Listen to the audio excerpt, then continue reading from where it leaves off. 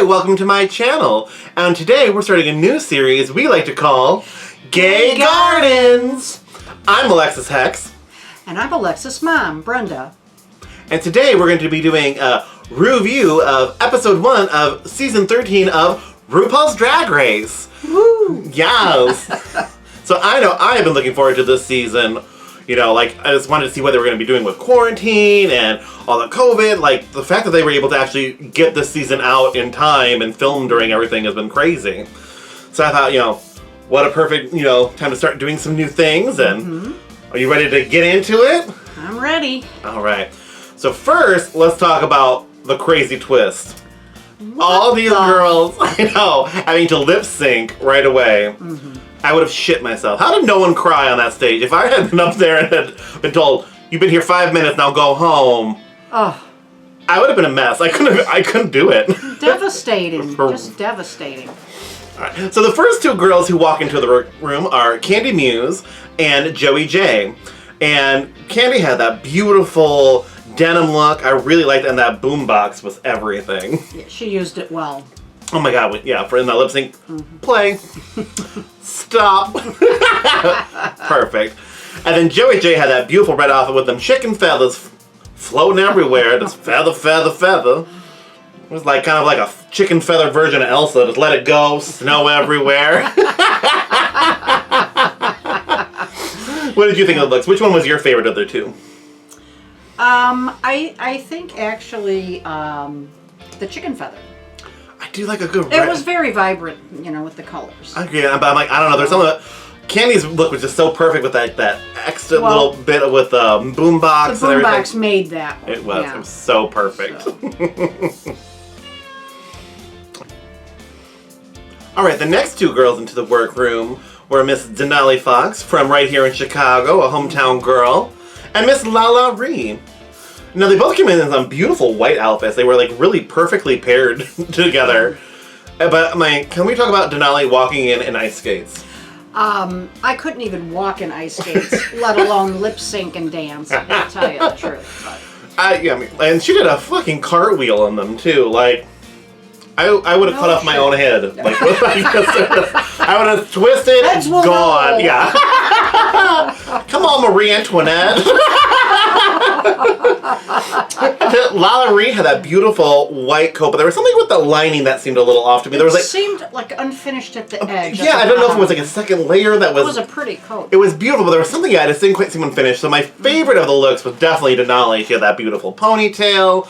She got like the little, you know, more expensive than chicken feathers. Yeah. Looked like an ostrich, like a marabou. Yeah. And again, bitch came out in ice skates. Everything. Yeah.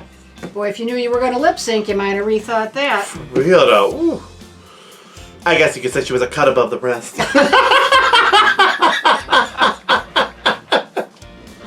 Oh, God. All right, next into the workroom, we had Symone and Miss RPDR. Symone, I had that beautiful gown made out of Polaroids of herself, like everything. If you are not your own biggest fan in drag, what are you doing? And I love a queen who can celebrate herself first. Because if you aren't, no one else is going to either. Very true, very true. And then Tamisha had that beautiful red suit with the rhinestones and the fierce-ass pointy shoulders. Yes, yes.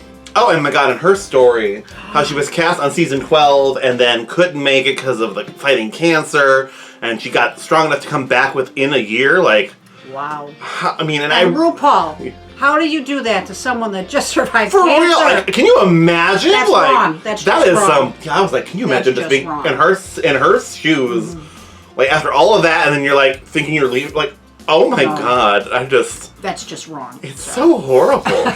But I do remember, I think it was Jada Essence Hall who said she had less time to get ready than everybody else last season. So I bet that is who they replaced on season 12. That makes sense now, yeah. Worked out well for Jada though, so. You know, hopefully, you know, maybe that's a good spot. So, like, they're in that, they had that kismet, you know, maybe she'll go far. I hope so. I like all of them so far. I know, not a booger in the badge. Yeah, yeah. No one's mean. No one seems mean, so I like that. But there's a good amount of shade, though. Shade is okay. Mean is not. Yes. All right, the next queens to walk into the room are Gottmik and Utica. Now, Gottmik is, you know, a fun thing to have, like being the first trans man to walk into the workroom. That's incredible. So like history making, and that look, that makeup. Oh, makeup is everything. That color, it kind of reminded me of a hot dog. It looked kind of like a bun and then the condiment colors, but I know that's not quite what they were going for, but my brain went hot dog. Maybe it's because we're here in Chicago. But that's what I thought of first. I was like, oh, but it was beautiful and I really loved that look. But it was, there was something for me first. My first instinct was like, hot dog. Okay. Let's get a Portillo's. And then Utica comes in and these kind of mishmash of patterns, but somehow it worked. I would never pair those myself, but it shows her that quirky, that side of her, and having a big old strawberry on her head, like. Yeah. I think also in her RuView look, it was all yarn and my little heart, Of course. And if you don't know, I do have another channel, and I'll put that link down below, called Knitting's a Drag, where I teach knitting and crochet, so definitely check that out. But yeah, I was just like, I really liked both of the looks. I can't really pick one over the other. I think they were both. I liked them both too. They were both executed incredibly well, and it really, I think, showed the spirit of their characters. Yes. I like both of them. So far I really don't dislike anybody. Yeah, but both of the looks were just flawless. Yes. All right, the next queens to enter the workroom are Rosé and Olivia Lux. Now, I'm never mad at a girl in pink. Kind of did a little pink myself today. But so Rosé, there's a lot of expecting from her being Jan's drag sister, and I really like that look though. That like the leather coat. I like a good coat bolero-y moment. Yeah, there's something about Rosé, and I'm not sure what it is, but I'm just intrigued. I want to see more. Oh, definitely. I definitely want to see more. I don't know. There's just something about it. There's something like, it's one of those. She's a queen who knows she's the shit, and she shows it. Yeah, and I kind of sassy, but not. Yeah, no, she's confident. She knows. Yeah. She knows what she brings, and that's how you got to be. Yeah. And then we have Olivia Lux, very new to drag, but very polished.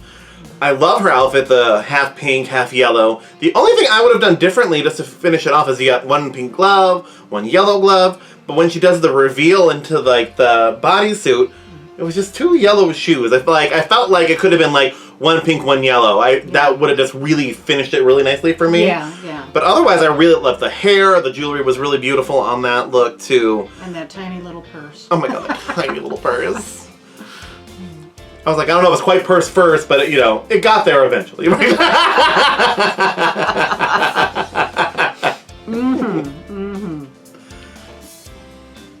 All right, the next queen's entering the workroom. We have Miss Tina Burner.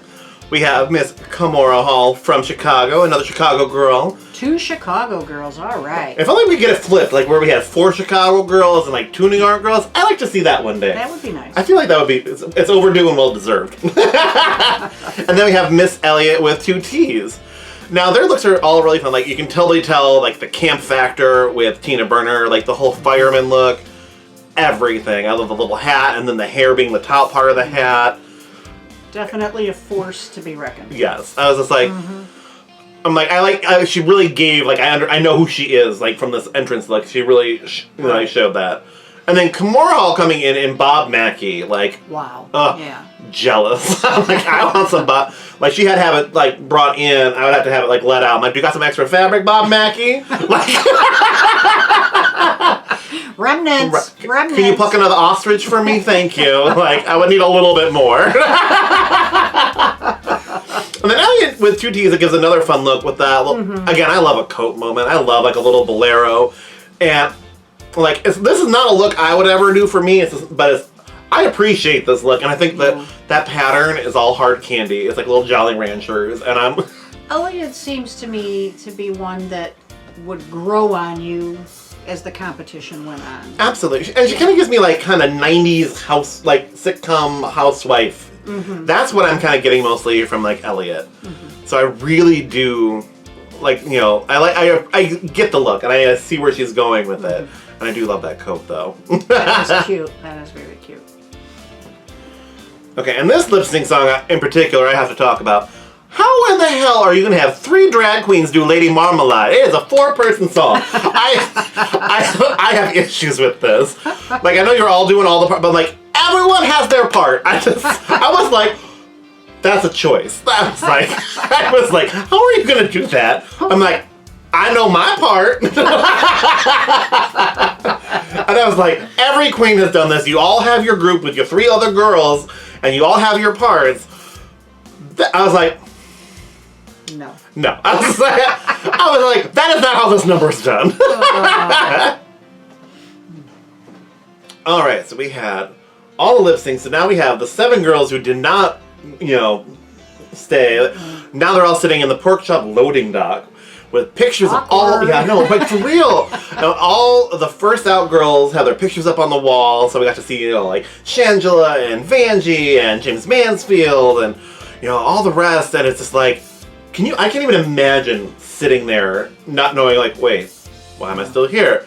I mean, we all knew there was going to be some twistiness because it's like, they're not sending half the cast home. They didn't have to sit in quarantine for a week before shooting to go home in 5 minutes. That would be awful. Yeah, something else is coming. But now having to do that All-Stars twist where they all have to vote. I don't like that. I don't. How do you They don't even know each other yet. Right, they haven't. But I never like that. I know you. But it's like, how do they haven't seen any of them perform? None of them is other than Kimora and Elliot. They saw each other lip sync, but you have nothing to base it on. Yeah. I think there's going to be more gaggery to this. I don't think that's fully what we're seeing.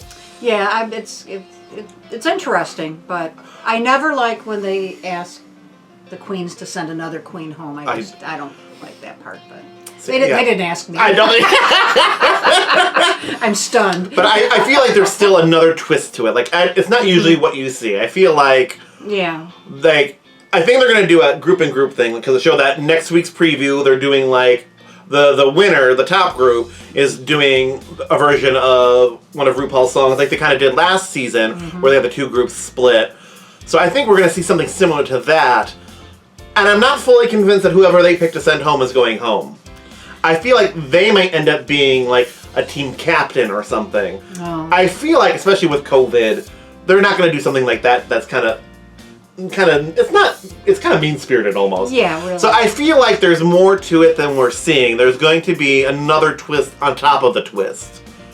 I don't feel like they're sending anyone home that quickly, for no reason.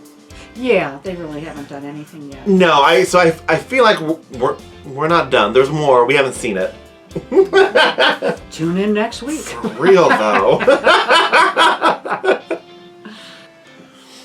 So, are there any girls who really stick out to you so far? Is there anyone that you're in your top so far? Or? Well, of course, the 2 Chicago queens. I'm rooting for them. Always Chicago to the top. Gotta root for the hometown girls. I like Utica. Oh yes. I like Rosé. I like Gottmik. Yes.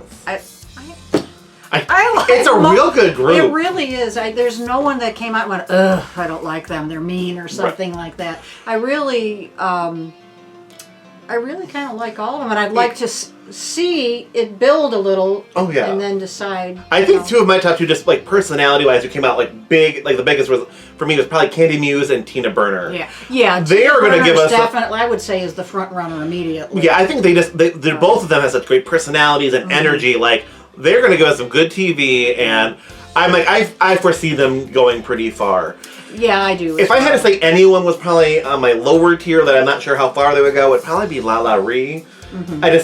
Her look wasn't as finished. That's just my first, inclination. And I really do hope that Tamisha goes far, because I feel like with that second coming, and after Kansas, give her, I want to see her do really well, too. And Gottmik, oh yeah, those looks are stunning, and I would. Like I can't wait to see that runway get eat up by Gottmik. Yeah. Oh my God. I mean, and Utica is. Oh yeah, I love the personality already. Totally, I love a weird queen. And Denali. Oh yes. And, so beautiful, and Kimora. So Kimora is just so glamorous. Oh, I know. Just beautiful, and. It makes me look like a foot. Anyone that can do a cartwheel or flip, whatever she did in ice skates. Yeah, Denali. Oh my God, that was so. Oh my God. Yeah. And that fucking ponytail. I was like, yes, work. It reminded me of the scene in Romy and Michelle! Oh, that hurt, but it looked really good.